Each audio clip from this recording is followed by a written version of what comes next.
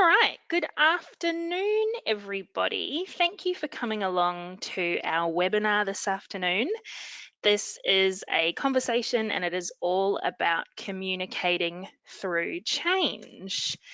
All right, so we started these webinar sessions about 5 weeks ago, and this is the fifth so far, which makes sense if we've been doing it for 5 weeks.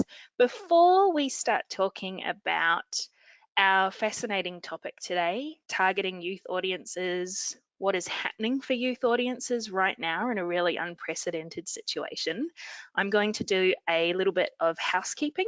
So we have muted all of your microphones for this session. I know it's a shame that we can't do Q&A the old-fashioned way at the end of the session, but we just want to minimize as much background noise as possible. So microphones have been muted for you, but that definitely doesn't mean that we don't want to hear from you during the session today. The best way to ask a question or to share a thought with the audience, or to ask us to slow down or speed up, or tell us you'd love to talk about something a little bit longer, is via the chat area. So you should be able to find that chat area on the right-hand side of your screen. So send us any thoughts or well wishes or questions in there. We will have about 10 minutes, if all things go to plan, at the end of the session today for your questions. All right, so let's get underway. We've got half an hour together today on this Friday afternoon, and we're going to spend that half an hour breaking down what is going on in the world. We've been having these conversations, webinars, for the last 5 weeks, and in that time we have talked to psychologists, we've talked to founders of PR companies and comms companies, and what we're all trying to nut out together is the best way to communicate during a time of absolutely massive change. And even since we started these sessions, since we all started working from home, things keep changing. So change is our best friend at the moment. And so the session today is specifically focused around youth audiences. And who you'll hear from a little bit later in the session is Helen McMurdo, and Helen is the Senior Director of Marketing and Communications at MTV Australia, and her role covers both Australia and New Zealand. Today she's going to be talking about a global campaign though, and that is the MTV Alone Together campaign. And for everybody who is a regular attendee of these webinar sessions, you might notice a missing face. We don't have Nairi Crawford with us today from the Isentia Insights department because she is on homeschooling duty today. This is the way that we're working in the land of COVID. We've just got to be flexible. So what I'm going to do is share some of Nairi's thoughts around what we're seeing trend-wise, both in traditional and social media, with talking to those youth audiences before I hand over to Helen. And so if we're thinking about those younger audiences, we know that everyone is always keen to know more about how to communicate with them, how to make your communication a success. And we've seen really high signups today, and people have been asking me for the recording. So sometimes it does feel like youth audiences are that golden snitch, or that audience to crack. What is going on in that mystery audience?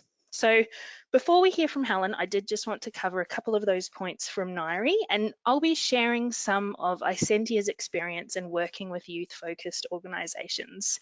And if you've been tuning into these sessions for the last couple of weeks, it'll sound familiar. Of course, we're talking about communication. So it's always going to come back to being curious, being authentic, and listening and learning. And so when we look at what the mainstream media has been talking about when it comes to youth audiences, there is a lot of concern around that. There is concern around the quality of education that young people are receiving at the moment, and also what this impact of remote learning might mean for those young people as they move through their lives. Seen a particular trend in the last couple of weeks of talking about school leavers as well. And we know that isolation and anxiety and the impact on mental health is something that's being discussed across the board at the moment. But there is particular discussion around that for young people as well, and what young people's coping mechanisms look like in this time. And of course, When will life be normal again? What does this start to look like if this goes on long term for children, for young people, for youth? What does the future look like? Which I think is something that we're all grappling with at the moment. And we were talking before, are, are young people really that mysterious? The advice, it's always important to understand your audience, applies whatever it is you're doing. That helps you to know what drives their behavior, what kind of content and issues are resonating with them. And we're talking about young people today, so of course we're about to start talking about social media platforms. We know that social media platforms are where the majority of youth-focused conversations and content is taking place, and that's normal, but of course there's just more of it. And I know I've had a couple of people say, what are you going to be talking about TikTok in the webinar today? And it is really easy to assume that young people are all filming TikToks in their house, they're learning the TikTok dances, that's what they're doing. But if we're trying to understand this audience, we have to be really aware of the fact that the challenges that those audiences members are facing: remote learning, reduced employment, social isolation, and of course, something to keep thinking about is some living environments might not be the ideal place for those people to be. But if we flip that, we can also see the current situation has, and it feels a little bit reductive to call it the current situation, but what we're all facing together globally is really increasing some of the creativity that we're seeing on those social media platforms. If you haven't seen some of the TikTok challenges, which are all filmed inside a house, whether it's the hit the switch challenge or the don't rush challenge or some of the hand washing videos, that's a direct result of some of that creativity that we're seeing. And so we always talk about in these webinars, but at Isentia, it's really important to be aware of content that is happening outside your bubble. So see what other audiences might be consuming and what they might be fascinated by. And we know that usually the life cycle of a social media platform is we see young people diving in on their first, maybe older audiences coming on board, it starts to become mainstream, and then young people leave. And we're seeing a really interesting part of that life cycle for TikTok at the moment. But the only outlier is probably Instagram. And I think a lot of with Instagram, it might be the fact that we're seeing that as a platform for visual content, but it's also really easy, it's really important to think about shareability as well. So Instagram introduced DMs or direct messages at a really critical time, and that played right into the hands of young people wanting to share memes and share content with each other. Something to think about is that for young people, might not necessarily be easy to find where they're talking. A lot of that might be happening in direct messages and in direct spaces.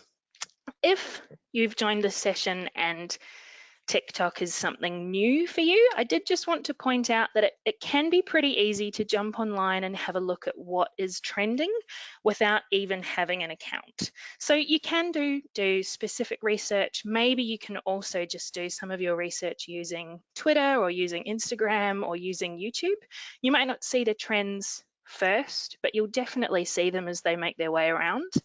But it's pretty easy to jump online and have a look. And I mean, maybe that could be one of the silver linings of this lockdown period is that you've got time to check out a new social media platform. And we have seen some really cool stuff on there as well. You know, if we're thinking about what the next step could be for you in communicating with younger audiences, it's not necessarily that every CEO of a bank needs to be on TikTok, but there have been some really brilliant TikTok challenges from essential workers or videos that have been made to communicate information. So whether that is healthcare information, hand washing videos, mental health outreach as well. And so we've just got a couple of tips on this slide about this space being something for you to explore. It's always important to listen, and it's important to be really self-aware when engaging with young people. We know that young people are always going to be able to see through what they're seeing, and it's an area where authenticity and genuine content really rings true. And this is a great time for exploring as well. So if this is going to be the first time that you're dipping into some of these platforms, or if you are going to dip in this Friday night over a drink or over the weekend, some things to have a think about can definitely be maybe how brands interact with content creators on YouTube. That's a fascinating branding exercise. But maybe also think about the significance of some of these platforms to different industries. So if we're thinking about the relationship that TikTok has with music artists, or what platforms like Twitch and Mixer might mean for a video streaming platform for a video game as well. So those are the tips from me. And what I'm really delighted to be able to do now is hand over to Helen. And so Helen is going to be talking about the global campaign Alone Together. And I'm going to be Helen's slide DJ today. So Helen, I really can't wait to hear about what you've been working on. It's amazing timing that you're able to come and join us. Thanks, Sally. Thanks for having me. Now, just to set my own anxieties at ease, you can hear me, correct? Perfect. I can hear you perfectly. Great. There's always that question when you're joining a video conference of being muted or not. So I'm very pleased that, that's the case. So hi, everyone. Nice to sort of virtually meet you. Very excited to tell you a little bit about some of the insights that we're seeing as part of this Alone Together campaign that we've been running globally, as Ali said. So before I crack in, I might just give some very short background on MTV. So almost everyone knows of MTV. We have 98% brand awareness globally, which is awesome, obviously, but it can be helpful just to give a little bit of context of what we do here in this market in Australia and New Zealand. So we sit as part of Viacom CBS, which is one of the largest creators of content in the world, and includes brands like Nickelodeon, Paramount Pictures, Showtime, and also Channel 10 here in Australia as well. We at MTV specifically, we reached 430 million households globally and reached 3.4 million households in Australia and New Zealand. So primarily through our cable news channels on Foxtel and Fetch, and then Sky in New Zealand, but also through mtv.com.au and our social platforms, where we have more social connections than any Australian youth publisher. And we also produce a bunch of local content here in Australia for MTV. So in the past 12 months, we've released shows such as The Veronicas, Blood is for Life, Teen Mum Australia, TRL, which is a live music show, and also some local versions of MTV Unplugged too. So a little bit of background about us.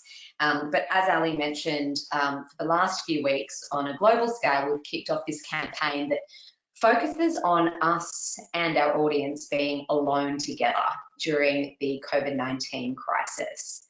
And this was a global campaign that we created in partnership with the Ad Council in the US. And it was born out of some pretty alarming observations internationally, actually. And that was really that young people were sort of the last group to take social distancing seriously when things were just starting to ramp up.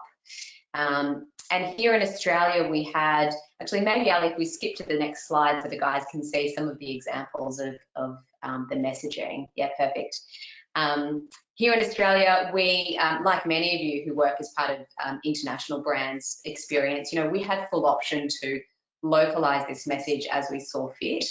And as you can see with these messages, they're pretty direct and instructive. And we had some fairly robust conversations as a team as to whether or not this sort of stay home, be safe message was too heavy-handed for this market. So this was sort of back in mid-March when we were in this place. But as we were having those conversations, the Bondi Beach weekend happened. So that was the weekend that saw tens of thousands of people head to Bondi, despite the social distancing warnings, and we realised we had the exact same imperative to deliver on that our international colleagues did. So that gave us the confidence to charge ahead, and also MTV has this great legacy of pro-social campaigns. It's sort of advocated for causes such as HIV/AIDS, marriage equality, voter turnout, gun legislation reform, a whole bunch of stuff. So that was sort of the global imperative, I suppose. And locally, we wanted to do a few things. We did want to deliver some positive messages, the sort of messages you saw previously, but we wanted to provide some entertainment and light relief and connection during this time, because we know that that is a primary role for our brand. And I guess to Ali's earlier point too, we wanted to understand and support our audience at this time, when young people are uniquely affected by what's going on at the moment. You know, they are more likely to have suffered unemployment or a reduction in hours. They're often not living in households that they have designed themselves just yet. So we really wanted to be there for them. And so to achieve this, we've been partnering with talent here to create a large amount of content that covers the full spectrum between informing and entertaining. You can see a few little snippets of that here. And it's gone really well so far. I mean, since we launched the campaign in the last week of March, we've reached 1.1 million people locally through organic social activity. And we picked up a few insights along the way that I thought would be useful for this group to see in this session too. So the first one is all about being responsible. So even if you are a youth brand. So that was something that we really were reminded of here. So while we may have debated about how our audience would react to those very direct, do this and don't do that type messages, we've actually had nothing but positive responses, and interestingly, celebrity talent that we've been partnering with have been equally happy to use their platform to deliver those very quite instructive messages as well. And it rings true with some research stats that I came across this week. So this particular stat was from some YPulse research that said that 60% of Gen Zs say messaging that encourages social distancing is appropriate from brands right now. Now, only 45% of millennials actually said that type of messaging was appropriate from brands, but 60% of Gen Z said that it was. So interestingly, younger audiences actually seem more likely to want that instructive, informative message from brands than older audiences do, which is interesting. And sort of by the same token, only 24% of 13 to 39-year-olds say that humorous marketing inspired by the coronavirus is appropriate at this time. So, you know, that's clearly a key takeout too. So that's sort of the first thing that has stood out for us. The second thing was all around this idea around staying grounded and keeping things real and authentic. That has never been more evident than during this period that we're going through at the moment. And you know, I think everyone in this call is in comms, so you've probably been across some of the well-meaning attempts of some celebrities to support their audiences, and the way that they have fallen very flat. I think we've got some examples of this on the next slide. Yeah, we all probably remember it. If you've seen it, you'll probably never forget the Gal Gadot Imagine cover, which will just be burnt into our memories forever. You know, so whether it's about celebrities thinking that singing a song will make everything okay, or whether it's about you know, them sort of not really realizing how different their experience is from the everyday experience, there really has been a backlash to this idea of celebrities in a position of privilege feeling that they can kind of solve the world's problems here. And for us at MTV, you know, we're a brand that is built on celebrity and builds celebrity. So we have looked at a lot of our properties and thought about how do we reimagine those during this time. And those of you of a certain vintage, such as myself, will remember the original MTV Cribs from the early 2000s. So this was the show that basically took a tour around the extravagant mansions of Hollywood celebrities like Mariah Carey, and showed collections of Ferraris. Like it was, you could not find a more extravagant display of wealth. So what we've done for that property now that the whole world is cooped up in their crib, is we've actually reimagined it and made it more about our audience than about the celebrities. So what you're looking at on the right there is a mock-up of an Instagram filter. And the guy that you can see there, he's sort of a demo model. That would be a selfie video of you that you'd be taking on Instagram. And as you moved, that little box above his head there would move with you as though you were wearing a hat. And the idea is those three options sort of spin through like a roulette wheel and land on a random combination of sort of bizarre celebrity type circumstances that you could be quarantined in a crib with. So it's about making it random, ironic, and audience centric, I suppose. And so I guess extending on this idea of staying grounded is this appetite for nostalgia that we're really seeing, and we're not the only brand to have noted this.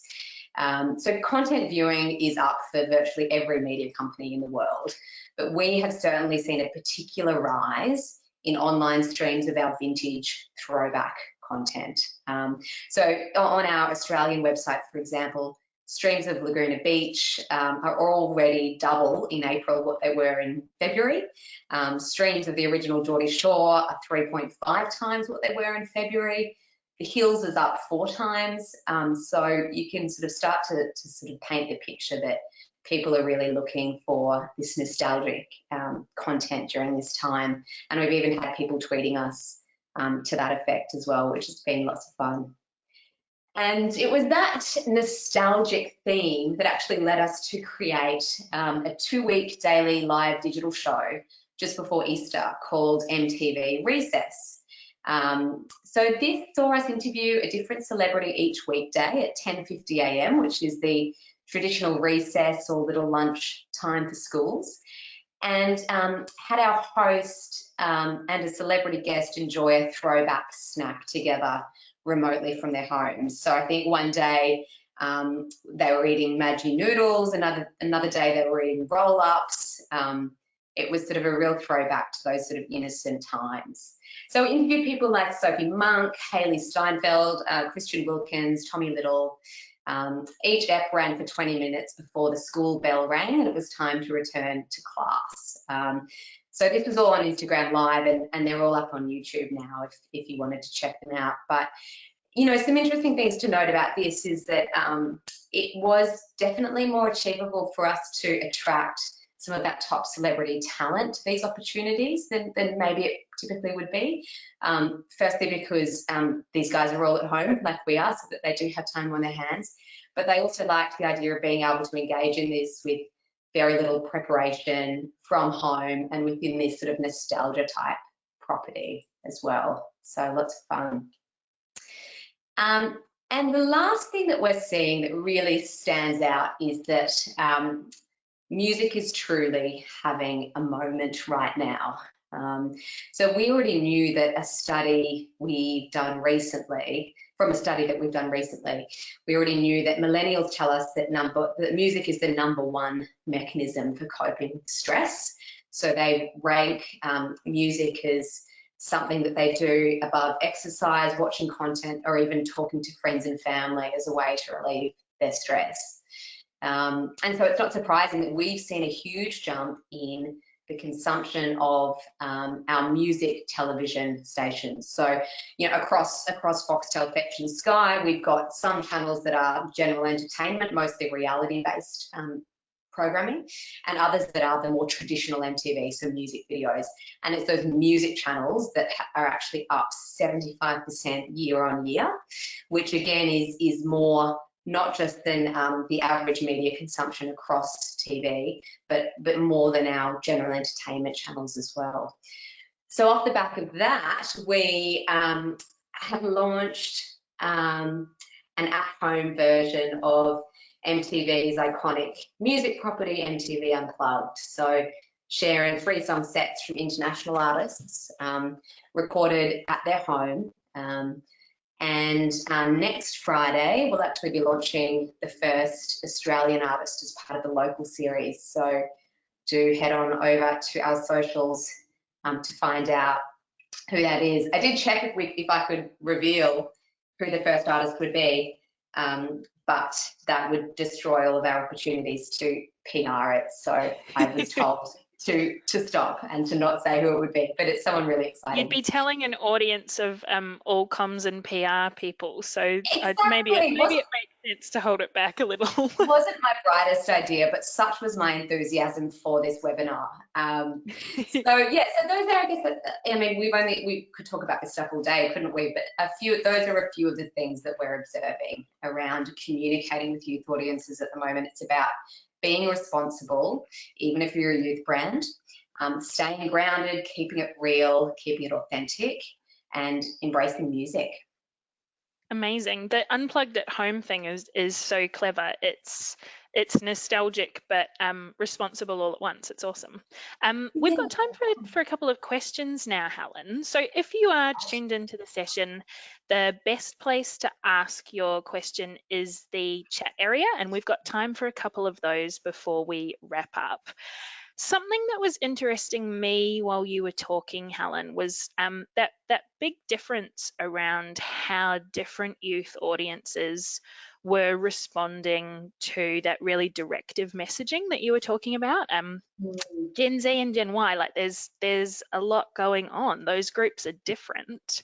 Today we've kind of talked about youth audiences all in one. Is there anything you can share quickly with this group of people around the differences that we're seeing before we get into the audience questions? Yeah, completely. Yeah, it's been a real moment of realization for me since working with MTV, how different the two subsegments of the youth audience are. So Gen Z versus Millennials are quite distinct. You know, Gen Z is much more worldly, more serious, more sort of aware of inequality, social issues, much more likely to protest, much more savvy around being marketed to and sold to than millennials, who kind of have a belief that everything will ultimately work out. Whereas Gen Z are quite focused on saving, planning for their future. They're responsible souls, they are, even despite their youth. Yeah, that's so interesting. That on that same point, we've had a question from Heather, and Heather, I hope you've got your pen ready. If not, I'll get Helen to send me through the statistic after the webinar, so I'll have it for you. But Heather was really interested in the market research stats around brands communicating about social distancing. So if you could just recap those quickly, that'd be awesome. Yeah, now I had it written down because I didn't memorize that particular point. But yeah, so the stat was 60% of Gen Z say messaging that encourages social distancing is appropriate from brands, compared to 45% of millennials saying that. And that's from some Y Pulse research, so the letter Y for youth. Awesome. And is that okay if you flick that through to me, so I'll have that on hand if anyone else wants it? Will do. We've got a question from Belinda, who has loved all of the campaigns that you've shared today. Thinks it's really fantastic for MTV. And she's wondering if you have a couple of quick suggestions for corporate. So MTV, that brand, is really well established, and like you said before, has a history of risk taking or of being on the right side of history. For someone working at a corporate that might be testing the waters, do you have any advice? What can they say to get that kind of thing over the line? Yeah, definitely. And I get it. I haven't always worked for MTV. I've worked for corporates before as well, so I get it. I think at the moment what we have seen is that celebrity talent, are really keen to help and to be present and to be visible. And so I think even if it was within the context of a corporate partnership, if it is wrapped up in a purpose that sits around COVID-19, I think talent is more receptive to participating in these kinds of content creation opportunities at the moment. They're also just more available to be really practical about it. But so I would maybe look at ways that that you can partner with talent to sort of bring some of those messages to life is probably something that I would start with.